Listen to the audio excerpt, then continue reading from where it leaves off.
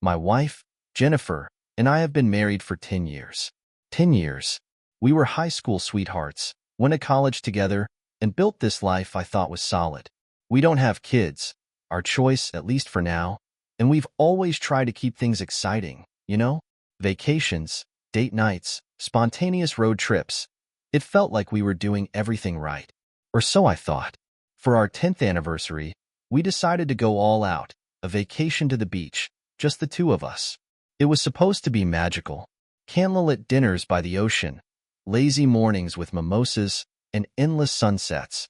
I even booked this beautiful seaside resort I'd been saving up for years. Looking back now, the signs were there, and I ignored them. In the weeks leading up to the trip, Jennifer started acting different. She was glued to her phone, always smiling at some message. When I'd ask what was so funny, she'd laugh it off, saying, "Oh, just Rachel being Rachel." Rachel is her coworker, by the way. I didn't think much of it. I mean, everyone has their work BFF, right? The weirdness escalated when we got to the resort. She was on edge, more interested in her phone than the breathtaking view from our balcony. The first night, I suggested a romantic walk along the beach. She hesitated, then said she wasn't feeling well and suggested I go alone. Okay, fine. Maybe she was tired from the flight. I walked, but something about the way she stayed behind stuck in my mind. The next day, she wanted to explore on her own. "I saw this cute boutique when we drove in," she said. "You'll hate it, but I'll only be an hour." Spoiler alert, she was gone for over 3. That's when the little voice in the back of my head started screaming. But I ignored it because, hey, this is Jennifer, my wife. We don't have secrets, or so I thought. It wasn't until the second night that things finally started to fall into place. We were having dinner at this fancy restaurant on the resort, and the vibe between us felt off. I couldn't put my finger on it, but I could tell something wasn't right. Jennifer was distracted, barely listening as I talked about my day, her eyes darting across the room every few seconds. Finally, she said she needed to use the bathroom, leaving me alone at the table. As I sat there, mind racing, I couldn't shake the feeling that something was about to happen, but I didn't know what. After what felt like forever, Jennifer finally returned. She sat down quickly, almost too quickly, her face flushed. As she picked up her wine glass, she knocked it over, completely by accident, of course, but the look on her face told a different story. She apologized, cleaned it up, but I could see the tension in her every move. Then it happened. A couple of minutes later, I noticed a man walk by our table, a man I didn't recognize. But what struck me wasn't just the unfamiliar face. It was the way Jennifer's gaze followed him, almost like she was waiting for him to notice her.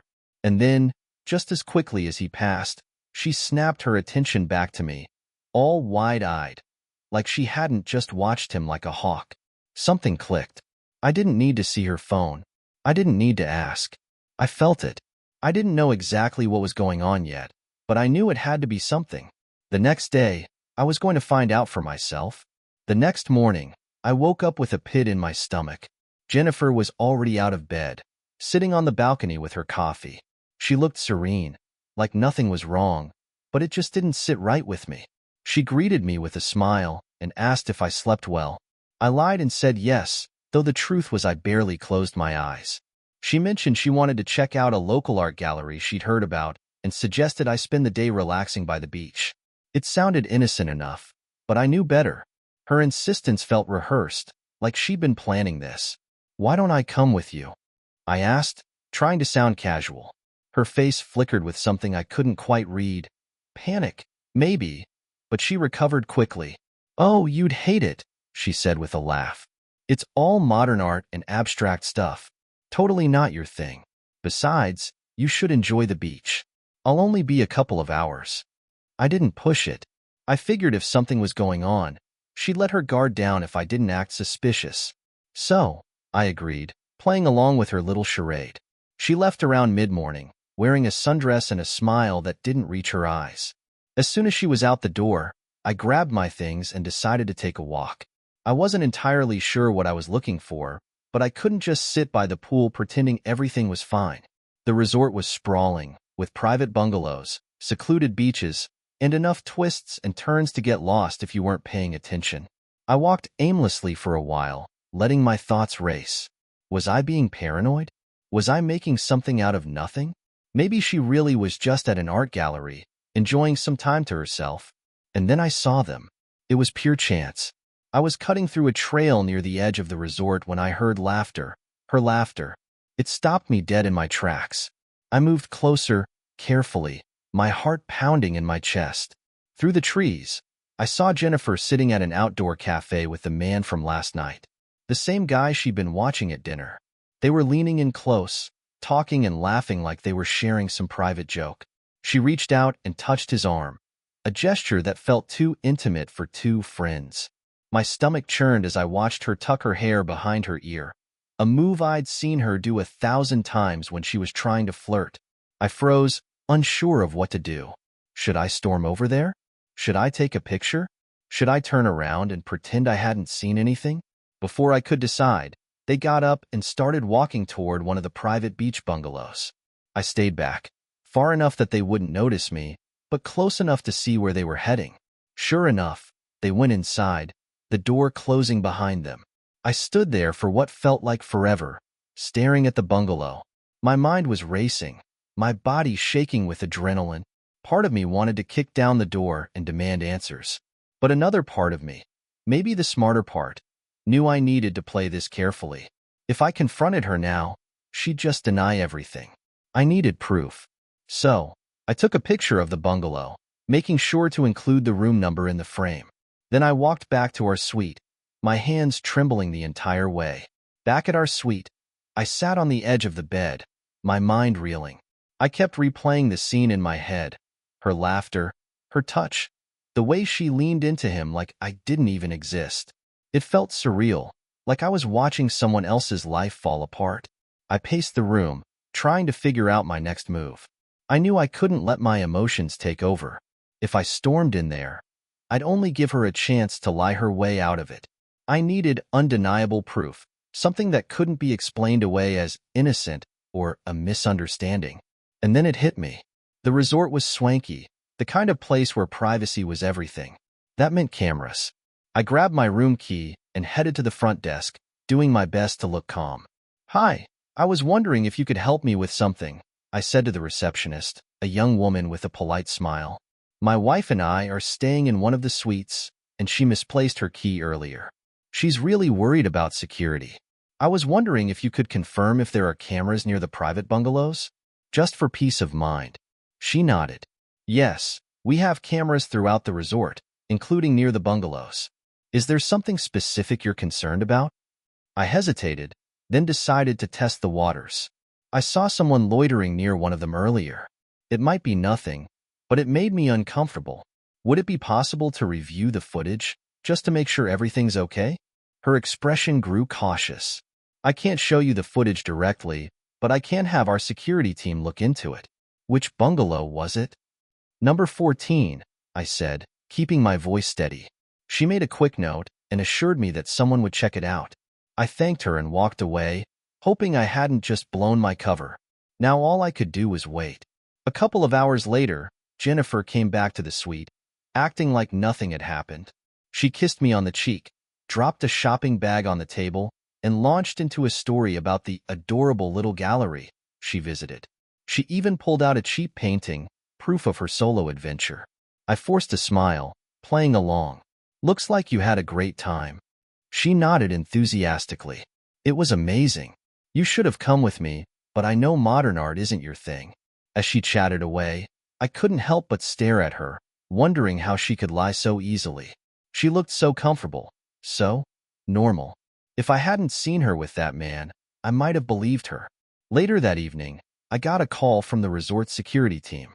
They confirmed that the cameras near the bungalows had caught footage of Jennifer entering with a man and staying there for over an hour. They didn't provide any more details, citing privacy policies, but it was enough. I thanked them and hung up, my hands trembling. I had the proof I needed. After getting off the call with the resort security team, I sat there for a long time, staring at the wall. The proof was undeniable now, and the realization hit me like a tidal wave. Jennifer had been lying to my face. On our anniversary trip, no less. The woman I had trusted for a decade was sneaking around with another man while pretending everything was fine. I felt a mix of emotions I couldn't even begin to describe. Anger, betrayal, sadness, and worst of all, this gnawing sense of humiliation. I kept asking myself the same question over and over. How did it come to this? What had I missed? Jennifer spent the rest of the evening acting like the perfect wife, pouring us glasses of wine and even suggesting we watch the sunset together. I played along, not because I wanted to, but because I needed to plan my next move. If I confronted her now, she'd have no choice but to lie. She'd twist the story, deny everything, and gaslight me into questioning my own sanity. No, I needed more. Something concrete. Something that would leave her with no room for excuses. The next morning, Jennifer woke up early and suggested we go kayaking together. Just us, she said, her voice soft and sweet, like the woman I used to know. I agreed, though it took everything in me to stay calm. As we paddled through the water, she was all smiles, pointing out dolphins and commenting on how peaceful it was. It almost felt normal, almost. But then her phone buzzed. It was subtle, just a quick vibration from the waterproof case strapped to her life jacket. I caught the flicker of panic in her eyes as she glanced at it, her hands tightening on the paddle. She didn't check it, though, and instead forced a laugh. Probably just Rachel, she said, a little too quickly. Probably, I replied, keeping my tone neutral. But I could see the cracks forming. She wasn't as composed as she wanted me to think. After kayaking, she suggested splitting up for the afternoon, again. I saw this little spa down the road, she said. Figured I'd treat myself. You should go hit the golf course or something. Relax. Sounds good, I said, trying to mask my growing frustration. I could see through her so clearly now it was almost laughable. But I let her go, knowing this would be my chance to dig deeper. As soon as she left, I went back to the front desk. This time, I asked to speak directly with the head of security. I told him I suspected my wife was meeting someone on the property and that I needed their help. At first, he hesitated, citing privacy concerns, but after some persistence and a small bribe, he agreed to give me more details. He promised to send me a copy of the footage they had reviewed earlier, along with the timestamps. By the time Jennifer came back from her so-called spa trip, I had the video on my phone. I didn't watch it immediately. I wasn't sure I could stomach it. Instead, I pretended everything was normal, asking her how her afternoon was and letting her prattle on about the best massage ever. That night, while she slept, I sat on the balcony with my phone. The footage was grainy but clear enough. It showed Jennifer walking hand in hand with the man from the restaurant, both of them laughing as they disappeared into the bungalow. The timestamp confirmed it. This wasn't some innocent coincidence. They were in there for over an hour. When they came out, she was adjusting her dress, her hair slightly disheveled. He kissed her on the cheek before they went their separate ways. My stomach churned as I watched, while rising in my throat. This was it. There was no coming back from this. The next morning, I woke up before Jennifer. She was curled up under the covers, looking peaceful, like she didn't have a care in the world. It made me sick to my stomach. I stared at her for a long moment, debating whether to wake her up and confront her right there.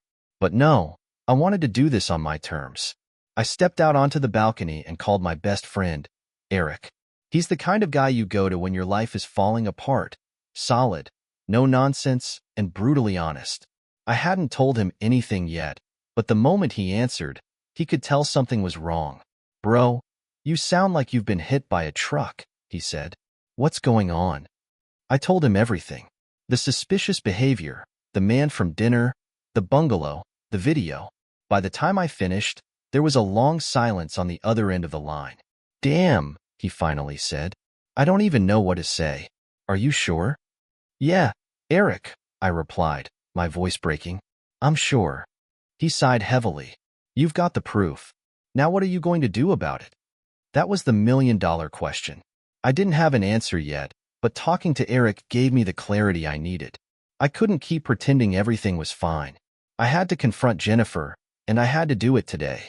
Jennifer woke up an hour later, stretching and smiling like we were just another happy couple on a romantic vacation. She suggested we have breakfast on the beach, and I agreed.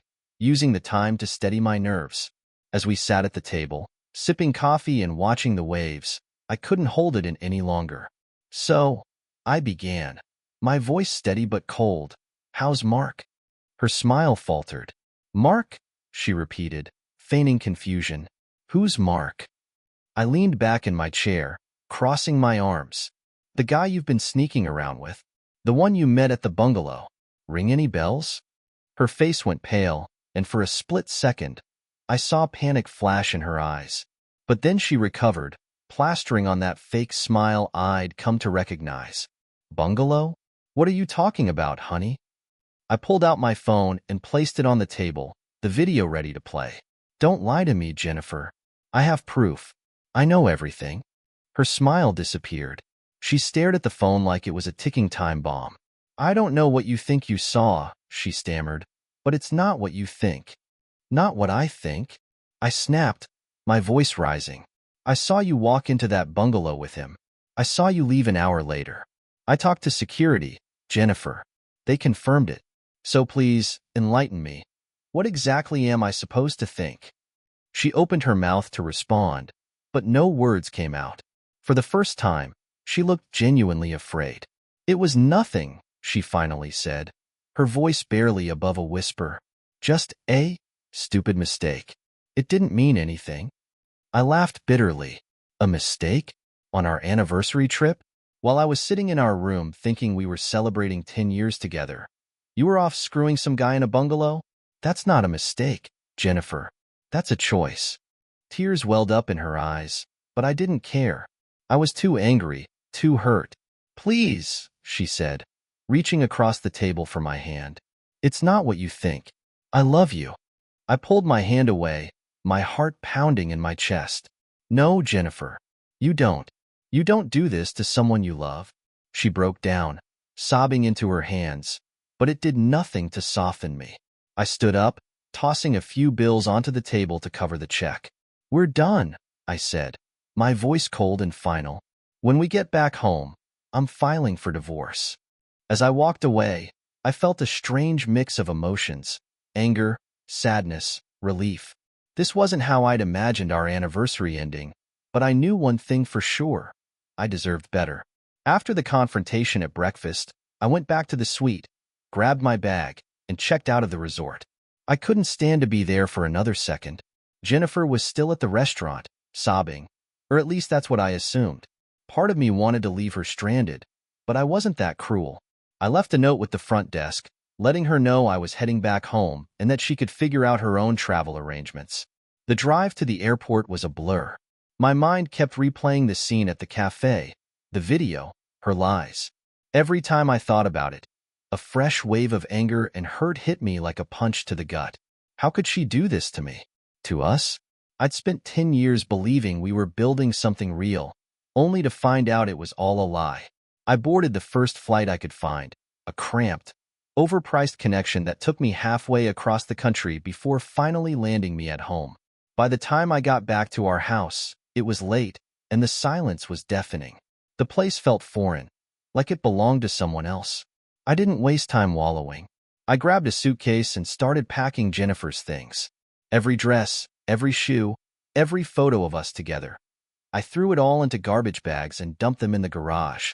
I didn't care if she came home to find her stuff crammed into trash bags. That's all her betrayal was worth to me. The next day, I called Eric again. He wasn't surprised to hear from me. "She tried to spin it?" he asked. "Of course," I replied. Cried, said it was a mistake, claimed she loved me. You know, the usual bullshit. Eric sighed. "Man, I'm sorry. What's your next move?"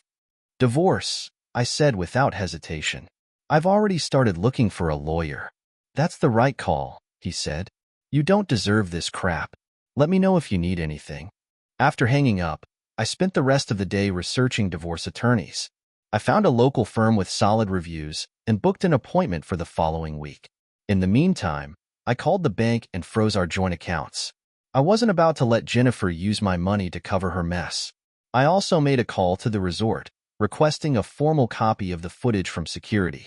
It took some convincing, but I managed to get them to agree, as long as I paid a hefty fee. Whatever. it was worth it. I needed every shred of evidence I could get. Jennifer showed up late that evening. I heard her car pull into the driveway and the sound of her keys fumbling at the door. When she walked in, her face was puffy and red from crying. She looked around the house, her eyes landing on the empty shelves where her things used to be.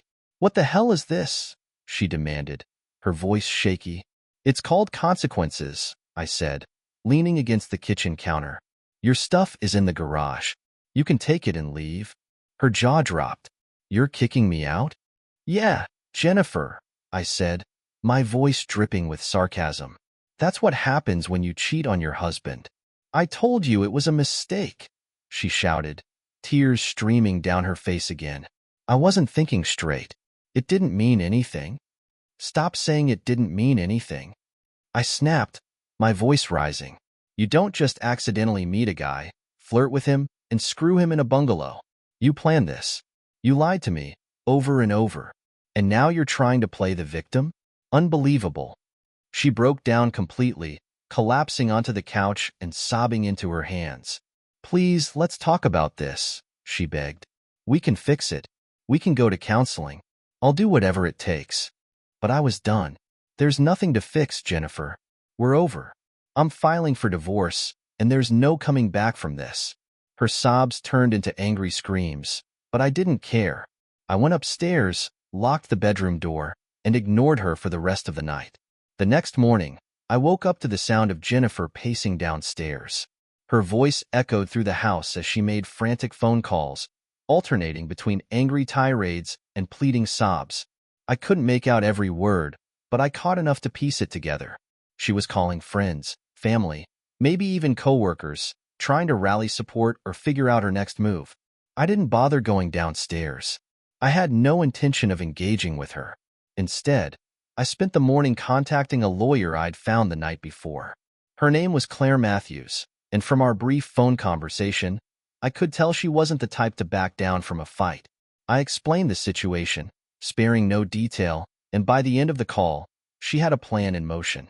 The first step, filing for divorce and securing an emergency order to ensure Jennifer couldn't drain our finances or damage the property.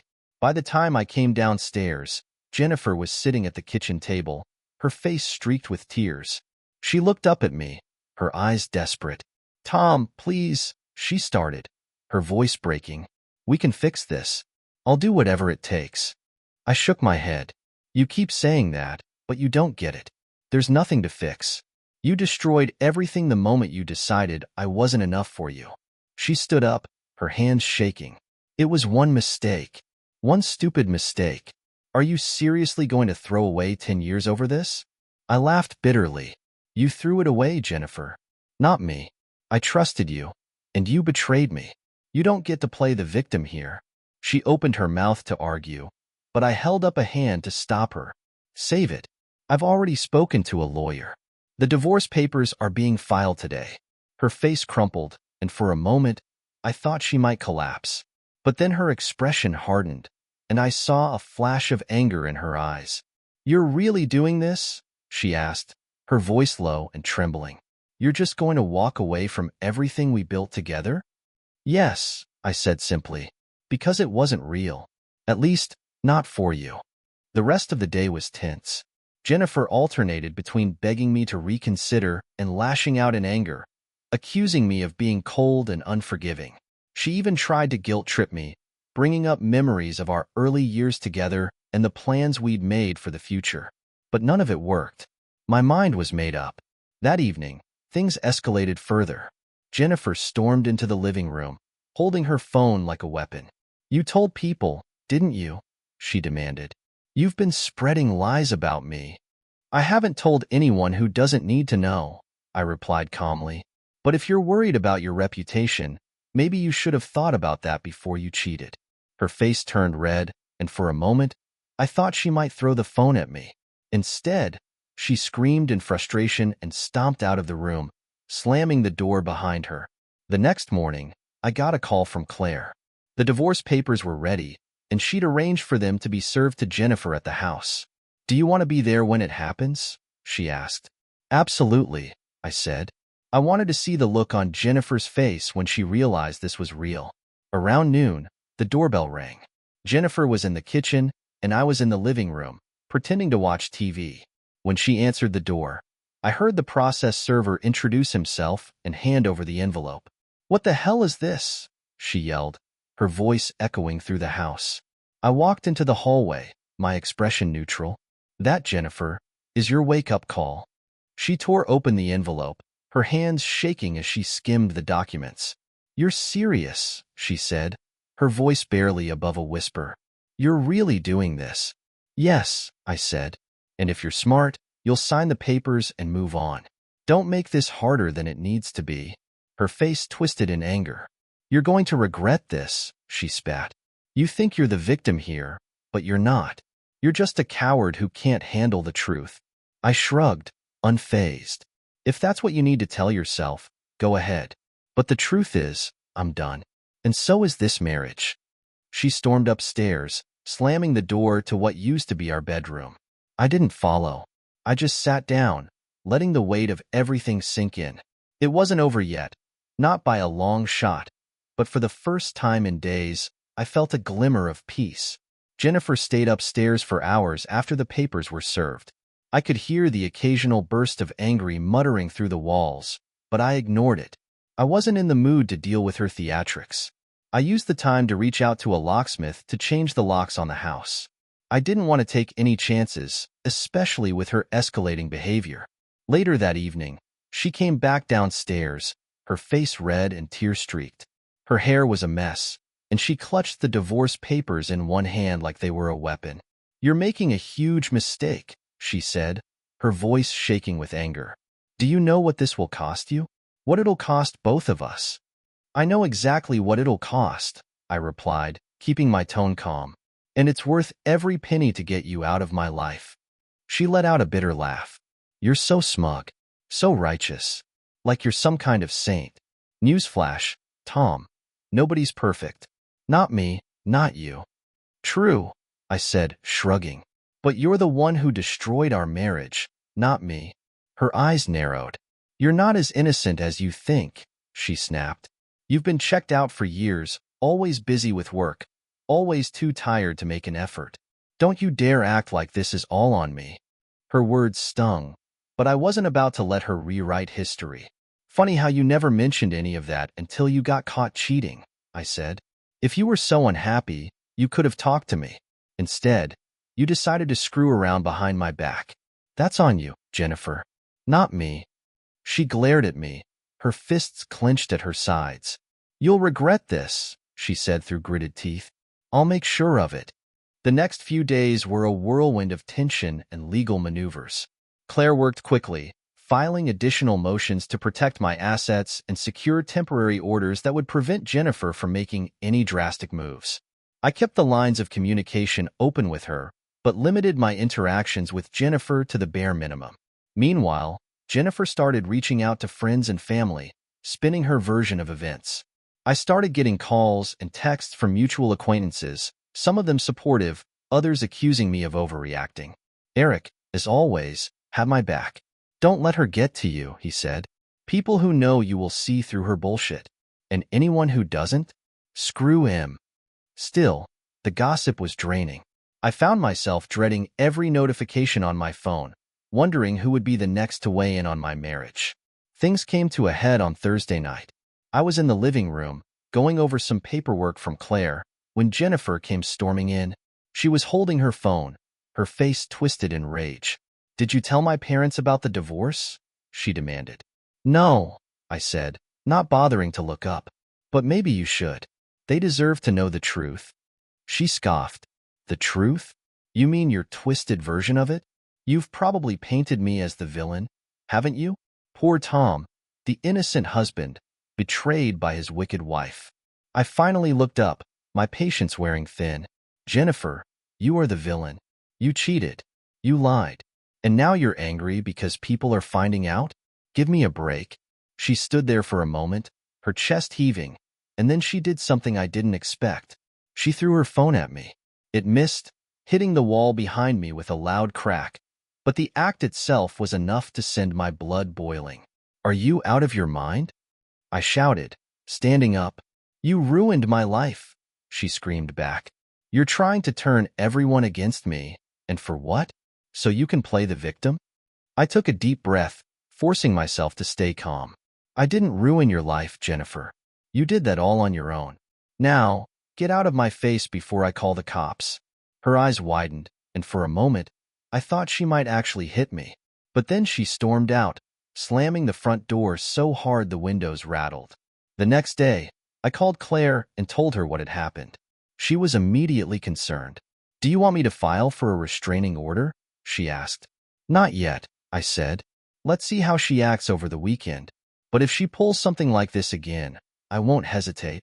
Claire agreed, but she warned me to stay vigilant. People like Jennifer can be unpredictable when they feel cornered. Don't let your guard down. I nodded, even though she couldn't see me. Don't worry, I said. I'm done underestimating her. The weekend started off tense. Jennifer was still in the house, but we were like two ghosts haunting the same space. She barely spoke to me, and when she did, it was to hurl another insult or attempt some kind of guilt trip. I ignored her, spending most of my time in the garage or out of the house altogether. I had scheduled the locksmith to come Saturday morning. When he arrived, Jennifer noticed immediately. She stood in the doorway, arms crossed, watching as the guy swapped out the locks on the front door. What the hell is this? She demanded, her voice shrill.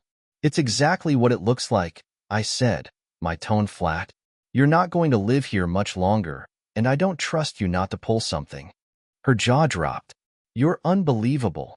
Do you know how petty you're being right now? Petty? I shot back, laughing bitterly. This is petty? You cheated on me, Jennifer. You destroyed our marriage. If I were being petty, I'd have thrown your stuff on the front lawn. She glared at me, but for once, she didn't have a snappy comeback. She stormed upstairs instead, slamming the door so hard the entire house shook. Later that afternoon, Eric came over to check on me. He brought a six-pack and a pizza, and for a couple of hours, I felt like a human being again. We sat in the garage, eating and drinking while he vented about his job and cracked jokes to lighten the mood. Man, he said between bites of pizza, I still can't believe Jennifer had the audacity to act like she's the victim here. Some people have zero self-awareness. You're telling me, I muttered. She's lucky I haven't gone nuclear yet. Eric raised an eyebrow. Nuclear? What's that look like? I hesitated, then pulled out my phone and showed him the video footage I'd gotten from the resort security team. His jaw dropped as he watched. Holy shit, he said when it ended. You weren't kidding. She's toast if this goes to court. That's the idea, I said, taking another swig of beer. She thinks she can spin this into some kind of both sides nonsense, but there's no way she can explain her way out of this. Eric nodded, but his expression grew serious. Just be careful, man. People like her? They don't take losing well. She might try something crazy. Eric's words stuck with me, and by the time he left, I was on edge. I double-checked the locks on all the doors and made sure the windows were secure. I even moved some of my more valuable belongings into a locked storage unit, just in case. That night, as I was getting ready for bed, I heard Jennifer on the phone in the guest room. I couldn't make out the full conversation, but her tone was frantic. Words like lawyer and evidence floated through the thin walls. I knew she was scrambling, trying to figure out how to salvage the situation, but there was nothing to salvage. Sunday morning brought another twist. I woke up to find Jennifer gone. Her car was missing from the driveway, and her phone wasn't on the counter where she usually left it. For a moment, I thought she might have packed up and left for good, but when I checked the garage, her things were still there. Part of me felt relieved. Maybe she'd finally realized it was over and decided to stay somewhere else. But another part of me couldn't shake the feeling that this wasn't the end. Sure enough, around noon, she came back. Her face was flushed, and she looked disheveled, like she hadn't slept. She didn't say anything to me, just grabbed a bottle of water from the fridge and went upstairs. That afternoon, I got a call from Claire. I've been contacted by Jennifer's lawyer, she said, her tone cautious. It sounds like they're preparing to contest the divorce. They're claiming infidelity on your part. I almost dropped the phone. What? That's insane. She's the one who cheated. Claire sighed. I know. But they're going to argue that you were emotionally unavailable, neglectful, and possibly involved with someone else. That's bullshit. I snapped. They have no proof. Of course they don't, she said. But their goal is to muddy the waters. Make you look bad enough that the court might take her side. I clenched my jaw, my blood boiling. What do? We stay the course, Claire said firmly. You have the evidence, and it's solid. But you need to keep your cool. Don't engage with her, or her lawyer directly. Let me handle it. I thanked her and hung up, but my hands were still shaking. Jennifer wasn't just trying to defend herself. She was actively trying to ruin me. After Claire's call, I sat in the kitchen for a long time, trying to wrap my head around what Jennifer was doing. Claiming I was unfaithful? It was absurd. I hadn't so much as looked at another woman since the day we got married. But I realized this wasn't about truth. It was about control. Jennifer couldn't stand the idea of losing, so she was willing to burn everything down to protect her ego. I decided it was time to play offense. I wasn't going to sit back and let her smear my name while I had hard proof of her betrayal. I called Claire back and asked her to expedite the process of submitting the video footage and all related documentation to the court. I wanted it on record as soon as possible. Consider it done, Claire said. But be prepared. This might escalate things. If she feels cornered, she could get even more aggressive. I'm ready, I told her. Let her try. That evening, Jennifer approached me in the kitchen. She had a strange look on her face, part anger, part desperation. We need to talk, she said, crossing her arms. I leaned back against the counter, keeping my expression neutral. About what? This divorce, she snapped. It doesn't have to be like this. We can figure something out, split things evenly, go our separate ways. But if you keep pushing, you're going to regret it. I laughed, a cold, bitter sound. Regret it? Jennifer, you cheated on me. You lied to me. And now you're accusing me of infidelity? If anyone should have regrets, it's you. Her face flushed with anger. I made a mistake, she shouted. One mistake. And now you're acting like I'm the worst person on the planet. It wasn't a mistake, I said, my voice calm but firm. It was a choice. A choice you made over and over again. And now you have to live with the consequences. She glared at me, her hands clenched into fists. You think you're so perfect, she hissed. But you're not. You're cold, distant, impossible to please. That's why this happened. Keep telling yourself that, I said. But the truth is, you did this because you're selfish. And now you're trying to rewrite history to make yourself feel better. Her eyes filled with tears, but I didn't feel an ounce of sympathy. She turned and stormed out of the room, slamming the door behind her. The next morning, I got an email from Claire with a copy of the legal motion she'd filed. It included the video footage, time-stamped and corroborated by the resort security team. There was no way Jennifer could spin her way out of this now. As I read through the document, I got a text from an unknown number. It was Jennifer's lawyer, asking if I'd be willing to meet for mediation. I forwarded the message to Claire, who called me immediately. You don't have to agree to anything, she said. If you're comfortable with the evidence we've submitted, we can let the court handle it. I don't see the point in mediation, I replied. She's not going to admit what she did, and I'm not backing down. Then we'll move forward, Claire said. But be prepared. This is going to get messy. Messy was an understatement. Over the next few days, Jennifer launched a full-scale campaign to paint me as the villain. She told our friends and family that I was controlling, neglectful, and emotionally abusive. Some people believed her. Others saw through the lies and stood by me. Eric, as always, was in my corner. Let her talk, he said. The truth will come out eventually. You just need to keep your head down and focus on the facts. It was good advice, but it wasn't easy. Every time I heard about another lie Jennifer had told, it felt like a punch to the gut. I wanted to defend myself, to set the record straight, but I knew it wouldn't matter.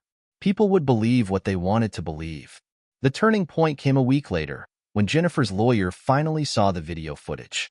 Claire called me with the update, her voice laced with satisfaction. They're panicking, she said. The video is damning, and they know it. Her lawyer is now pushing for a settlement. What kind of settlement? I asked. She's willing to waive any claim to the house or your assets if you agree to drop the infidelity claim. I let out a bitter laugh. So she gets to cheat and walk away clean? No thanks. Let's see this through. Claire paused, then said, "Are you sure? We can push for more, but it'll drag things out." "I'm sure," I said. She doesn't get to rewrite the narrative. The weeks leading up to the court date felt like a slow-motion train wreck. Jennifer continued her campaign of lies, trying to paint me as the bad guy to anyone who would listen. But I had Claire in my corner, and she was a bulldog. Every move Jennifer's lawyer made, Claire countered with precision and confidence. I trusted her completely. On the morning of the hearing, I sat in the courthouse waiting room, my heart pounding in my chest. Eric had come with me for support, and he was doing his best to keep me calm. "Remember," he said, clapping me on the shoulder, "you've got the truth on your side. She can't lie her way out of this." I nodded, though my stomach was still in knots. Jennifer showed up shortly after, wearing a dress that screamed sympathy. She had this carefully curated look of fragility, like she wanted the judge to see her as the victim. It made me sick. Her lawyer greeted Claire with a forced smile, but Claire didn't even flinch. "Let's do this," she said, motioning for me to follow her into the courtroom. The hearing started with opening statements. Jennifer's lawyer tried to frame the narrative that our marriage had been emotionally neglectful and that her actions, while regrettable, were the result of years of mistreatment. He even had the audacity to suggest that I'd been unfaithful, though he didn't have a shred of evidence to back it up. When it was Claire's turn, she went straight for the jugular. She laid out the facts with ruthless efficiency. The video footage, the timeline, the resort security statements. She painted a clear picture of Jennifer's infidelity and her attempts to cover it up. By the time she was done, the courtroom was dead silent. Then came the video. Jennifer's lawyer tried to object, claiming it was an invasion of privacy, but the judge overruled him. The footage played on a screen at the front of the courtroom, and I forced myself to watch it again. Jennifer sitting with the man at the cafe. The two of them walking hand in hand to the bungalow. Them leaving an hour later, laughing like nothing was wrong. Jennifer refused to look at the screen. Her face was bright red, her hands clenched into fists. For the first time, I saw real panic in her eyes. The rest of the hearing was a blur. Claire called the resort's head of security as a witness to verify the footage, and his testimony sealed the deal. Jennifer's lawyer tried to pivot, focusing on our marital issues, but it was clear he was grasping at straws. When the judge finally spoke, his tone was stern. "The evidence presented today leaves no doubt about the cause of this marital breakdown," he said. "The court finds the petitioner's claims of infidelity to be credible and supported by the facts." Jennifer looked like she'd been punched in the gut. Her lawyer leaned over, whispering something to her, but she just shook her head, her eyes brimming with tears. After the hearing, Claire pulled me aside. "The judge is going to finalize the divorce terms in a few weeks," she said. "Given today's outcome, we're in a strong position to secure the settlement you want." "Good," I said, the weight of the day starting to lift. "Let's finish this." That evening, I went home and cracked open a beer. For the first time in weeks, I felt like I could breathe again. Eric stopped by later, and we sat on the porch, talking about everything and nothing. "You did good today," he said. "You didn't let her win." "It doesn't feel like winning," I admitted. "It feels empty." "That's because you're still in the thick of it," he said. "Give it time. You'll get your life back. And when you do, you'll be glad you didn't let her drag you down." I nodded, hoping he was right. The days following the court hearing were strangely quiet. Jennifer had moved out of the house under court order and was staying with a friend. For the first time in weeks, I had the house to myself. It should have felt liberating, but instead, it felt hollow. The silence was deafening, a constant reminder of what I'd lost. Not just Jennifer, but the life I thought we were building together. I threw myself into work to fill the void. My coworkers were sympathetic, though I hadn't shared many details about what was going on. Eric had spread the word among our mutual friends, and most of them were supportive. A few, though, had bought into Jennifer's version of events. I couldn't bring myself to care. If they were willing to take her side after everything, they weren't people I needed in my life. One evening, about a week after the hearing, I got a call from Jennifer's mom. I hesitated before answering, unsure of what to expect. Tom, she said, her voice heavy with emotion. I just wanted to say, I'm so sorry. I was caught off guard. Jennifer's parents had always been kind to me, but I hadn't expected them to reach out after everything that had happened. I don't know what to say, I replied. It's been a lot. I know, she said. Jennifer told us her version of things, but after hearing what happened in court, well, let's just say the truth has a way of coming out. We're ashamed of her, Tom. Truly. Her words hit me harder than I expected. I didn't know how to respond, so I just thanked her and ended the call. Afterward, I sat on the couch for a long time, staring at the wall. Jennifer had alienated even her own family with her lies and betrayal. It was a small comfort, but it didn't erase the pain. Meanwhile, Claire was finalizing the divorce settlement.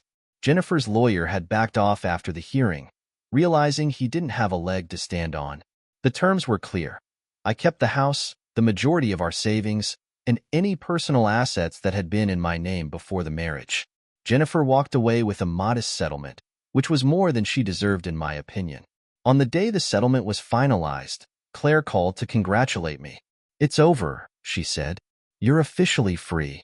Thanks, Claire, I said. I couldn't have done this without you. That's what I'm here for, she replied. Take care of yourself, Tom. And if you ever need anything, don't hesitate to reach out. That evening, I went through the house, packing up the last of Jennifer's things. I'd already thrown most of it into the garage weeks ago, but there were still a few stray items. Photos, trinkets, reminders of a life that no longer existed. I boxed it all up and left it on the curb with a note. Come get your stuff. I'm done. It felt symbolic, like I was finally closing the door on that chapter of my life. A few days later, Eric convinced me to go out for drinks. I was reluctant at first, but he was persistent. You need to get out of the house, he said. Sitting around isn't going to fix anything. He was right, of course. The bar was crowded and noisy, but for the first time in weeks, I felt a glimmer of normalcy. People were laughing, talking, living their lives. It reminded me that there was a world beyond the mess I'd been stuck in. As the night went on, Eric nudged me and nodded toward the other end of the bar. She's cute, he said, grinning. I followed his gaze to see a woman sitting alone, sipping a drink and scrolling through her phone. She looked up and caught my eye, offering a small smile. I felt a flicker of something I hadn't felt in a long time. Hope. Go talk to her, Eric said. I hesitated, but then I stood up. Maybe it was too soon, or maybe it was exactly what I needed. Either way, I was ready to start moving forward. Walking over to talk to the woman at the bar felt like the longest few steps of my life. My heart was pounding, and I couldn't help but question if I was really ready for this. Wasn't it too soon? Would I come off as desperate or broken? But then she smiled again, and something in that small, genuine gesture put me at ease. Hey, I said, trying not to sound as nervous as I felt. Mind if I join you? Not at all, she said, setting her phone down and gesturing to the seat beside her. I was starting to feel like the only person here without a group. I introduced myself, and she told me her name was Lauren. She was friendly and easy to talk to, with a warmth that made me forget, even if just for a little while, about everything I'd been through. We talked about random things, the music playing in the bar, her job as a graphic designer, my work in construction. It wasn't deep or heavy, just normal conversation, and it was exactly what I needed. When Eric came over to check on me, Lauren smiled and said, Your friend seems like a good guy. He is, I replied, giving Eric a nod of thanks before he wandered back to his seat. We ended up talking for over an hour. I told her about my divorce, not all the messy details, but enough for her to understand where I was coming from. To my surprise, she didn't look uncomfortable or put off. I get it, she said. I've been there. My ex cheated on me too. It's a lot to go through. Hearing that felt like a strange kind of validation. It was comforting to know someone else understood the whirlwind of emotions I'd been dealing with. By the end of the night, we'd exchanged numbers, and I left the bar feeling lighter than I had in weeks. The next day, I texted Lauren to thank her for the conversation. She replied almost immediately, saying she'd enjoyed talking to me too. We made plans to grab coffee later in the week, and for the first time in a long time, I found myself looking forward to something. In the meantime, I focused on rebuilding my life. The divorce had taken a toll on me emotionally, but it had also taught me a lot about resilience. I started going to the gym again, not just to stay busy, but to take care of myself. I reconnected with old friends I hadn't seen in years. People who reminded me of who I was before my marriage had consumed so much of my identity. One evening, I sat down and went through the photos on my phone. There were so many memories tied to Jennifer. Vacations, birthdays, quiet nights at home. It hurt to look at them, but it also reminded me that not everything in our marriage had been a lie. There were good moments, even if they were overshadowed by how it ended. I didn't delete the photos, but I did move them into a folder I wouldn't see every day. It felt like a step forward, a way of saying, this happened, but it doesn't define me. When Lauren and I met for coffee, it was like picking up where we'd left off at the bar. She was funny, smart, and down to earth, and I found myself opening up to her in a way that felt natural, not forced. We talked about our past relationships, but we also talked about our favorite movies, childhood memories, and the places we wanted to visit someday. As we said goodbye, she gave me a hug and said, "You seem like a great guy, Tom. I hope you know that." Her words stayed with me long after I got home. For so long, I'd felt like Jennifer's betrayal had defined me, as if I was just the guy who got cheated on. But Lauren made me realize I was more than that. I was still me, and I still had a lot to offer. Over the next few weeks, Lauren and I kept seeing each other. It was nothing serious, just two people enjoying each other's company, but it was exactly what I needed. She reminded me that life could be good again, that there was hope beyond the wreckage of my marriage. And for the first time in what felt like forever, I started to believe it. As weeks turned into months, I started to notice how much lighter I felt. The storm that had consumed my life for so long was finally beginning to clear. Lauren became a regular part of my life, texting me during the day to check in, grabbing dinner after work, or just sitting with me on the couch, watching movies. We weren't rushing into anything, and I liked that. It gave me the space to breathe while still feeling connected to someone again. But closure with Jennifer was still looming in the background. Despite the divorce being finalized, there were loose ends to tie up. She'd left some personal items in the house, and I hadn't heard from her since the day she moved out. I'd been holding on to those items, unsure if I wanted to reach out or just throw them away. One afternoon, I decided enough was enough. I packed up the last of her things, drove to her friend's house where I knew she was staying, and left the box on the porch. I didn't knock or ring the bell. I just walked away. It wasn't out of spite. It was about finally letting go. Jennifer's chapter in my life was over, and it was time to stop holding on to remnants of the past. The next big step came when Eric convinced me to take a weekend trip with him and a couple of our old friends. We drove up to the mountains, rented a cabin, and spent the weekend hiking, grilling, and sitting around a fire with beers in hand. It was the kind of reset I didn't realize I needed. One night, as we sat under the stars, Eric turned to me and said, "You know, I was worried about you for a while there." I laughed, shaking my head. "Yeah, I was worried about me too." He took a swig of his beer. "But you've come a long way, man. You didn't let Jennifer break you. Not everyone comes out of something like that stronger." His words hit me harder than I expected. I hadn't thought of it that way before, but he was right. I had survived. More than that, I was starting to thrive again. Back in town, Lauren and I had a conversation that felt like a turning point. We were sitting in her apartment, eating takeout, when she brought up the topic of relationships. "Do you think you'll ever want to get married again?" she asked, her tone casual but curious. The question caught me off guard, and I took a moment to think before answering. Honestly, I don't know. Right now, I'm just focused on figuring out who I am and what I want. But I wouldn't rule it out. She nodded, a small smile playing on her lips. "I get that. I feel the same way. It's scary, though, isn't it? The idea of putting yourself out there again after everything." "Yeah," I admitted. "But it's also kind of exciting. I don't know what's ahead, but for the first time in a long time, I'm okay with that." Her smile widened, and she reached across the table to take my hand. "For what it's worth, I think you're doing great." Lauren's words stuck with me as I continued to rebuild my life. I started saying yes to things I would have avoided before. Work events, social gatherings, even a cooking class Eric somehow roped me into. Each small step felt like a victory, a reminder that I was capable of moving forward. I also started therapy, something I'd been hesitant about for years.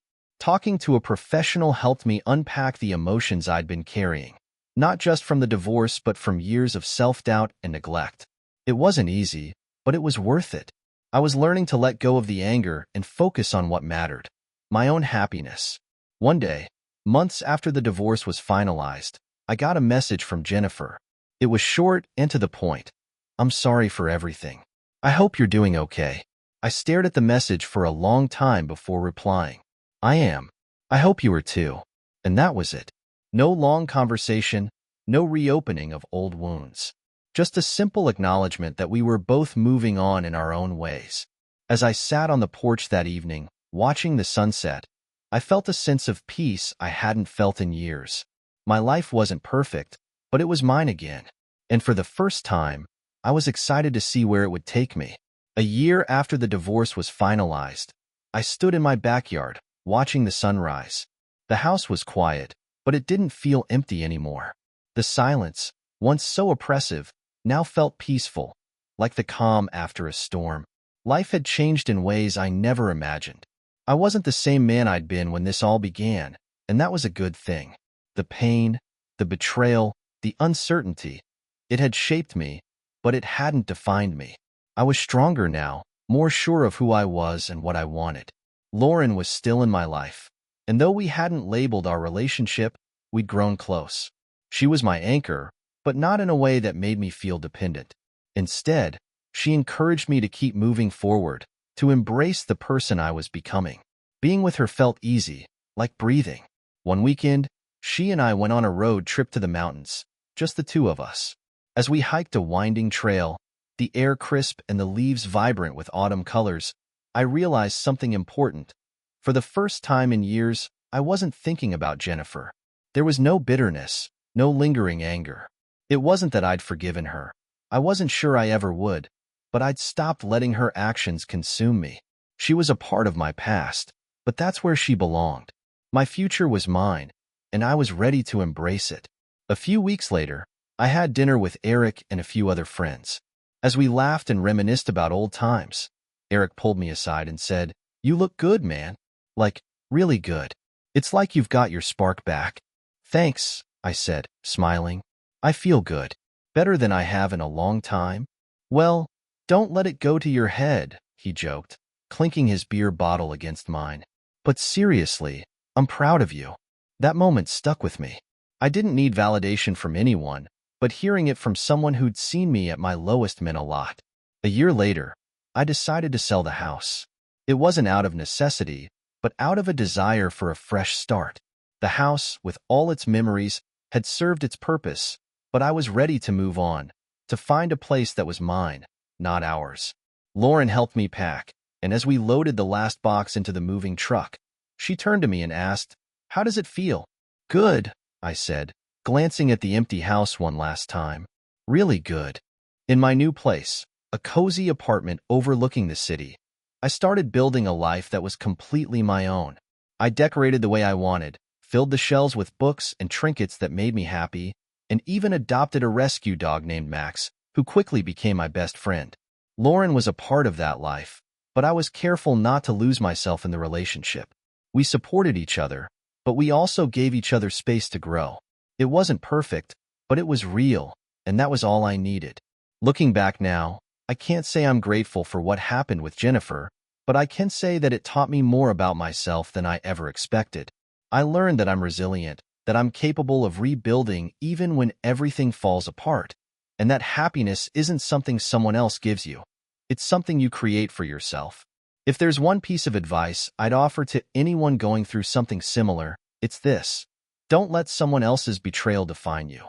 It hurts and it's unfair, but it's not the end. It's a chance to start over, to become the person you were always meant to be. And for the first time in a long time, I can honestly say I'm happy, not because of anyone else, but because of me.